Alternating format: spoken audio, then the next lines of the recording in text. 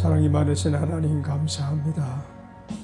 하나님의 놀라우신 은총 안에서 이 새벽에도 주님께 연락되는 예배, 주님이 주시는 세미한 음성을 듣고 우리의 삶 속에 주 예수님의 생명이 넘쳐나는 귀한 역사가 우리 모두에게 임하게 하여 주옵소서.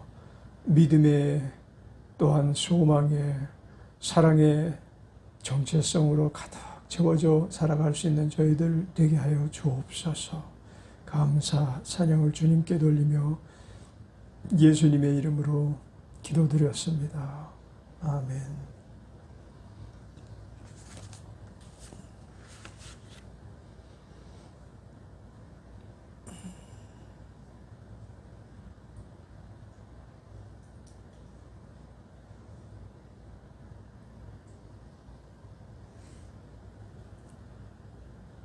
데살로니가 2장 1절 읽겠습니다. 1절부터 형제들아 우리가 너희 가운데 들어감이 헛되지 않은 줄을 너희가 친히 아나니 너희 아는 바와 같이 우리가 먼저 빌립보에서 고난과 능욕을 당하였으나 우리 하나님을 힘입어 많은 싸움 중에 하나님의 복음을 너희에게 말하였노라.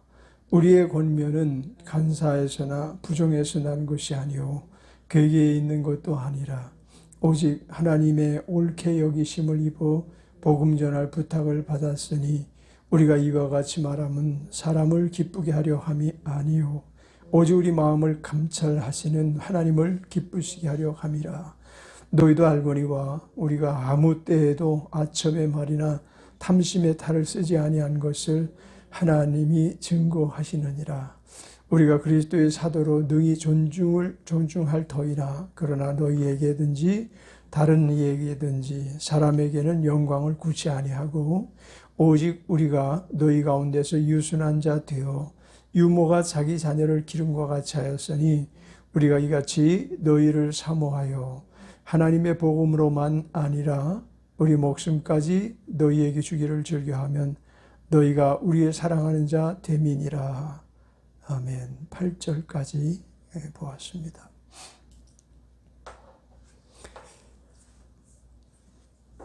형제들아 우리가 너희 가운데 들어감이 헛되지 않은 줄을 너희가 친히 아나니 너희 아는 바와 같이 우리가 먼저 빌립보에서 고난과 능욕을 당하였으나 우리 하나님을 힘입어 많은 싸움 중에 하나님의 복음을 너희에게 말하였노라.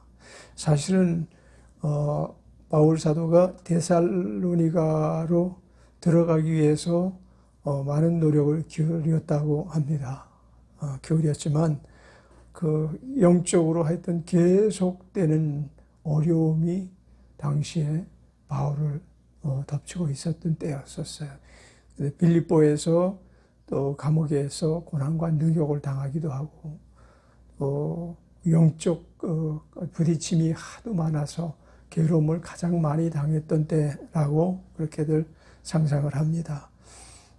그래서 이제 데살로니가에 직접 들어가기를 원했지만 그들을 보기를 원했지만 그들에게 들어가지 못하고 그들과 만남을 갖지 못하고 그래서 결국은 이제 편지로 대신하는 거죠. 많은 그 지역에 대하여 관심을 갖고 그 소아시아 쪽에 그 일대의 복음이 막 편만하게 전파되어지기 시작하던 때였기 때문에 왕성하게 이것저것 다니기를 원했지만 원수마귀가 사도 바울의 발길을 결코 쉽게 용납하지를 않았던 거죠. 그가 가는 현장이 곧 막 하나님 나라가 왕성하게 아주 전폭적으로 주 하나님의 능력이 공급되어지는 것을 보고 어찌해서라도 많은 곳을 가지 못하게 하려고 엄청 영적으로 회방과 괴계를 일삼았을 거예요. 그래서 사람을 동원하기도 하고 종교 집단을 동원하기도 하고 유대인들을 동원하기도 하고 그래서 결국은 들어가지 못하고 그것이 사도들의 일행 안에 그것이 이제 고난과 환난 뭐 이런 어려움을 당하게 만드는 그런 일들로 나타나죠. 고난이라는 것은 마음에 고생하는 것과 육체가 또한 고통받는 것이 수반되는 고난이었을 것입니다. 그게 뭐 영적으로 그냥 편안하게 인내하고 있을 때가 아니라 계속 사방에서 우겨싸임을 당하는 그런 고난이었을 거예요. 그래서 오해가 막 또 이단이라는 또 그런가 하면은 그 우상 섬기는 자들이 막 충돌을 해서 바울 일행을 거기 그 현장에서 사역하지 못하도록 온갖 방해를 일삼 그런 모습들을 우리가 능히 상상할 수가 있는 것입니다. 그래서 빌립보에서 고난과 능욕을 당하였으나 우리 하나님을 힘입어 많은 싸움 중에 하나님의 복음을 너희에게 말하였노라. 그런데 이런 고난이 왔을 때, 이런 어려움이 왔을 때 보통 우리들은 내가 왜 이런 고난을 당해야 되지? 죄를 하기 위해서 몸부림을 치고 있는 나에게 왜 이런 어려움이 있어야 돼? 그러고 주저앉을 때가 종종 있죠. 그리고 의기소침해서 하나님 나와 함께 하시지 않으시나 보다. 그런 생각을 할 때가 많이 있을 거예요. 힘든 일이 닥치면 당연히 그러지 않겠어요? 아니 하나님 왜 내가 이렇게 어려움 가운데 도와주시지 않으시고 함께 하시지 않으시는 겁니까? 하면서 지금이 하나님이 일하실 때가 아니겠습니까? 하면서 오히려 반항하고 그러는 사례들이 종종 우리들에게서 나타나고 발견되는 모습인데, 그런데 고난과 능욕을 당하였으나 여기서 바울은 하나님을 힘입어 많은 싸움 중에, 그러니까 싸움이라는 건 누구에게나 힘들어요. 고달픔이 오고 괴로움이 오고 배고픔과 추위와 매맞음과 그 모든 일들이 옥에 갇힘과 이런 모든 일들이 수반되게 하는 게 싸움의 결론이거든요. 싸움의 결과거든요. 그래서 이렇게 막 그런 가운데서도 옥에서도 하나님의 복음을 전파하고 또 그 제자들에게 더욱더 힘을 내라고 위로를 하고, 그것이 사실은 고난당하지 않고 편안하게 그저 안락한 삶을 살면서 선교지에 예를 들어서 편지를 보내고 힘내라고 하는, 그리고 선교비 얼마 보내면서 힘내야 된다고 하면서 또 설교하고 권면하고 칭찬하고 이런 거에 비하면 본인이 고난당하는 거 다르거든요. 지금 굉장한 어려움 가운데 빠져서 옥에 갇혀 있으면서도 찬미를 그치지 않고 기도를 그치지 않고 거기서 하나님을 힘입는 역사가 막 나타나는 거죠. 그래서 사실은 우리에게 고난이 올 때, 어려움이 올 때 그때 어떤 일이 있어야 되는가 하면 하나님을 힘입어야 될 때예요. 그때 우리가 의기소침할 때가 아니라 어려움이 고통이 오고 괴로움이 오고 원치 않았던 일들로 우겨싸임을 당할 그때가 하나님을 힘입을 때인 것입니다. 사람들은 사실은 편안하고 안전할 때 하나님이 나와 함께 하신다라고 종종 말하는 경우가 많이 있어요. 하나님이 나에게 얼마나 복을 많이 주셨는가 하고 많은 사람에게 자랑하고 하나님이 나와 함께 하셔 라고 자랑스럽게 표현할 때가 있습니다. 그러나 사실 우리 그리스도인들은 고난당할 때 하나님을 힘입어 싸움의 결론을 내는 것입니다. 원수 마귀가 막 우리를 괴롭힐 그때에 하나님을 힘입을 때인 것입니다. 그래서 하나님을 힘입어 이 싸움에서 결국은 뭘 전하기 위해서? 복음을 전하기 위해서 우리가 용전부투를 하는 것인 것입니다. 왜 이와 같이 사람들에게 고난이 오는가? 그 고난이 곧 하나님을 힘입으라라는 신호이기도 한 것입니다. 하나님의 힘을 입지 않고서는 결코 우리는 이 복음의 싸움은 싸우질 못하는 것입니다. 우리가 사실은 영적 싸움에서 하나님을 힘입지 않고는 백전백패할 수밖에 없어요. 인간사 얽혀있는 실타래 같이 얽혀있는 그런 문제와 인내하면서 참고 하나씩 하나씩 풀어갈 수 있을지 몰라도 영적 싸움에서는 절대적으로 하나님을 힘입지 않고서는 이길 수 있는 요인이 하나도 없다는 거죠. 왜냐하면 영적 싸움은 복음을 전하지 못하게 하려는 원수 마귀의 절대적인 공격 안에서 펼쳐지는 전쟁이거든요. 그 영적 싸움을 하는 사람, 그에게 이 원수 마귀가 막 축복을 하고 막 물질로 막 그냥 막 이렇게 해가지고 많은 사람들이 막 달려들게 하고 그렇게 해가지고 이걸 영적 싸움하는 본질을 잃어버리고 복음 전하는 일을 힘쓰지 않고 어떤 단체를 결성하거나 어떤 수많은 사람들과 공동체를 이루면서 복음 전하는 일은 태만히 하고 그냥 그 지위를 잃지 않으려고 몸부림을 치는 것은 이건 마귀에게 이미 넘어간 것이죠. 괴계에 빠져 들어가는 것인 것입니다. 이때 우리는 싸울 때이고 왜 싸우는가 하면 복음을 전파하는 것을 방해하고 막으려는 그 일에 대하여 우리는 결단코 용납하지 말고 싸워야 될 때인 줄 믿습니다. 우리의 권면은 3절 간사에서나 부정에서 난 것도 아니요 괴계에 있는 것도 아니라. 그래서 간사에서 난 것이나 부정에서 난 것도 아니고 괴계에 있는 것도 아니라 오직 하나님의 옳게 여김을 입어 복음 전할 부탁을 받았으니.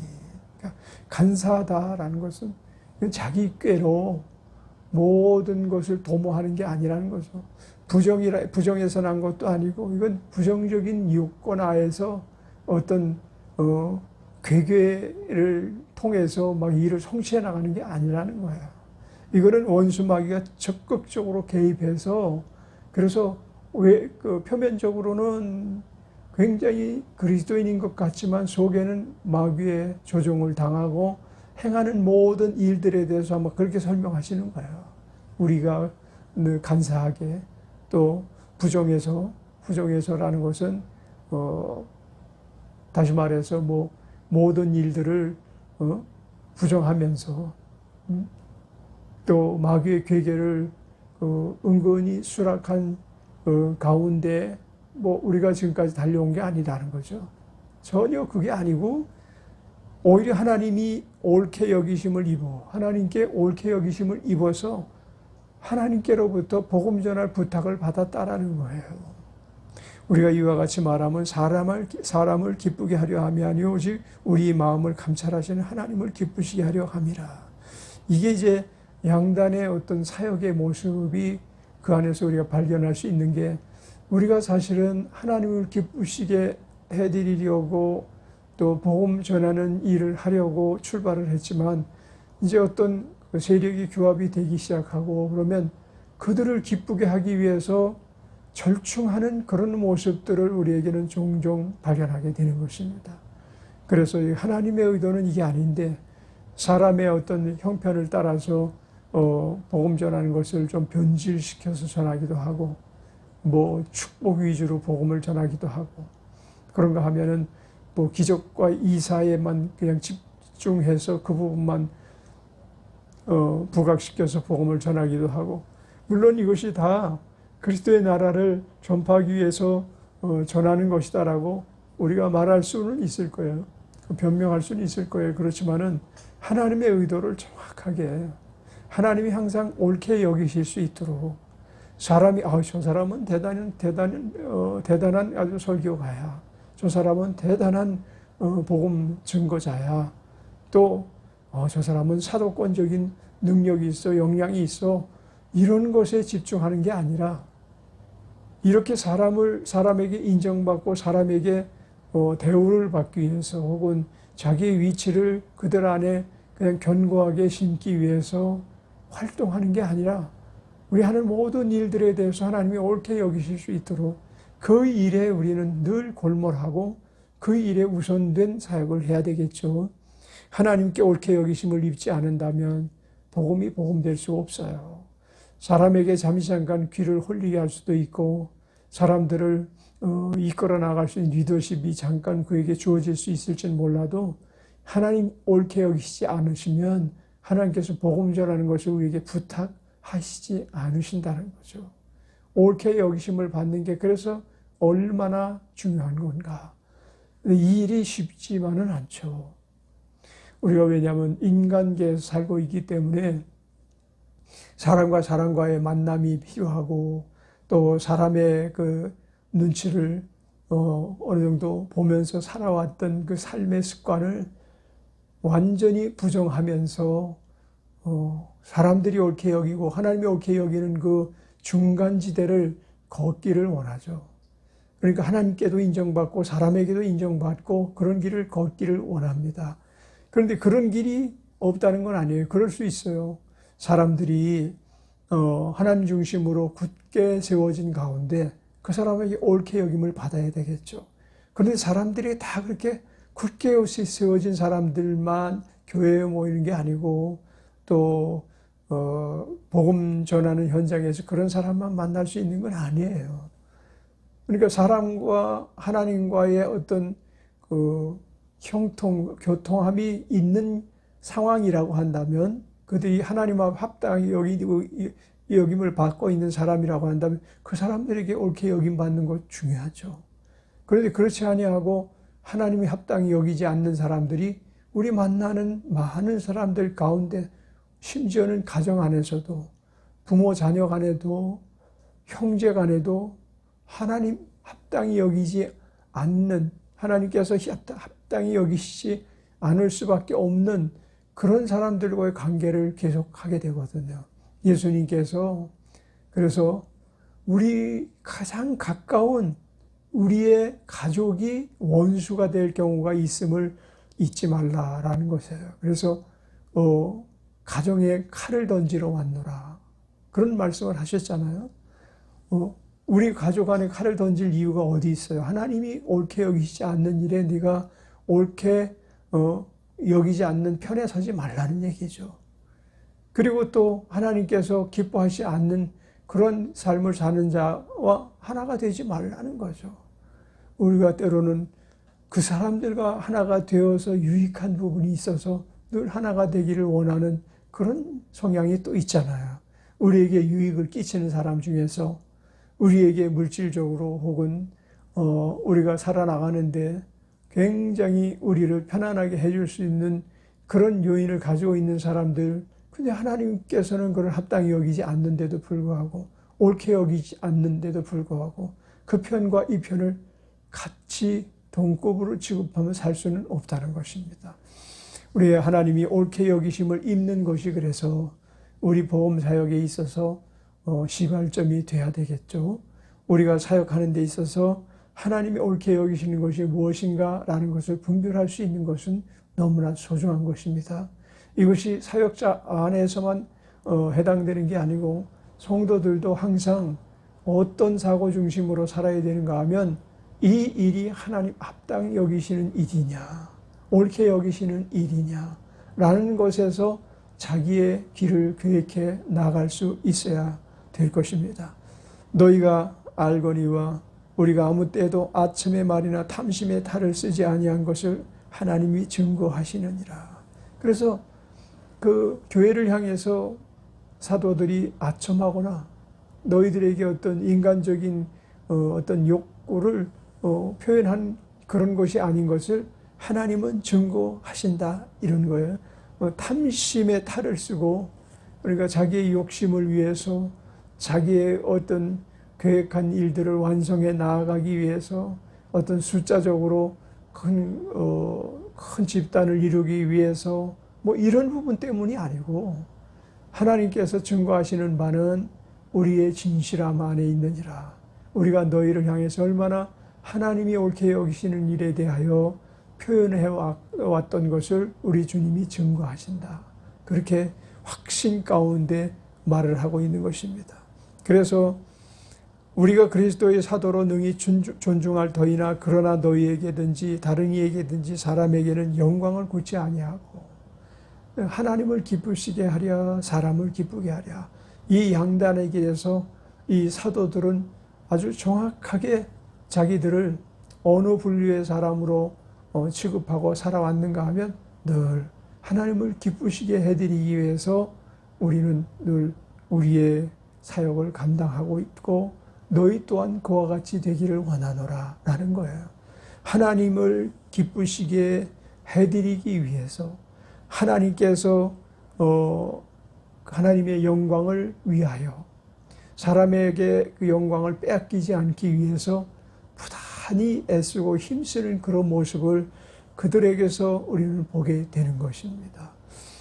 오직 우리가 너희 가운데서 유순한 자 되어 유모가 자기 자녀를 기름과 같이 하였으니 우리가 너희 가운데 유순한 자가 되었다라는 것은 마치 부모의 마음을 갖고 유모가 자기 자녀를 기름과 같이 하였으니 여기서 유모 정도가 아니라 사실은 유모죠. 자기들의 역할은 부모는 아닌데 그럼에도 불구하고 유순한 마음으로 부모와 같이 유순한 마음으로 유모가 되어서 자기 자녀를 기름같이 너희들에게 끊임없이 사랑과 그리고 또한 복음의 진리를 편안하게 펼쳐지기 위해서 우리가 노력하고 있다라는 것을 그들에게 또한 나타내기를 원하시는 것입니다.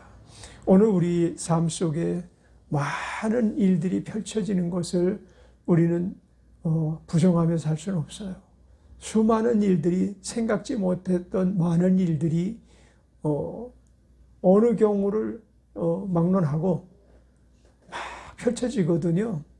그런데 이렇게 많은 일들이 펼쳐지고 있는 가운데 우리가 정확하게 어떻게 살아야 되는가라는 것을 일일이 하나하나 점검해 가면서 옳은 길 따라가기는 참 쉽지 않은 문제일 수밖에 없어요. 많은 사람과의 나눔의 관계, 또 직장에서의 삶, 또 어떤 그 세상 사람들과의 교제를 통해서 옳고 그름을 판단하는 데에 세상의 이치와 세상의 어떤 그 삶의 원리를 가지고 판단을 해 나가면 엄청난 혼란이 우리에게 다가올 수밖에 없습니다. 그리스도인들에게는 이 길이 아주 정확하고 편안하고 단순하게 결정 지을 수 있고 늘 해답을 구할 수 있는 게 있는데 그게 뭐냐면 하나님 앞에 옳게 여기심을 입을까? 이 일을 할 때 하나님께서 이 일에 대해서 반대하시는 부분이 없지 않나? 이것을 살피게 되면 우리는 결코 큰 일을 하든 적은 일을 하든 하나님 앞에 복음 전하는 자로서 하나님의 일꾼으로서 부르심을 잊게 될 것입니다. 그래서 어떠한 경우라도 우리가 하는 일이 하나님께서 보시기에 합당한 일이냐, 합당치 못한 일이냐라는 것에 대해서 삶을 살아가게 되어야 될 것입니다. 그래서 형제들아 우리가 너희 가운데 들어감이 여기서 1절에 다시 돌아가면 헛되지 않은 줄을 너희가 친히 아나니라고 말할 때 이 헛되지 않다라는 단어, 그죠? 헛되지 않은 모든 시간 속에 나타나는 역사, 그리고 일, 그리고 열매, 어떤 일에 대해서는 수확이 엄청 많아요. 소득이 엄청 많은데 그것이 헛된 것일 수가 있다고요. 어떤 것에 대해서는 수확이 많지도 않을 뿐만 아니라 그리고 아주 가뭄에 콩 났듯 그렇게 듬성듬성 아주 적은 소출을 우리가 얻기도 하지만 그러나 그것이 헛되지 않은 것일 수가 있어요. 어떤 사람은 자기는 형통한 삶을 살아왔다. 늘 하나님께서 부유케 하셨고 늘 하나님께서 채우시는데 너무나 민감하게 채워주셔서 정말 내장이 넘치나이다 라는 말을 하는데 그것이 과연 헛되지 않은 것이면 정말 복된 일이죠.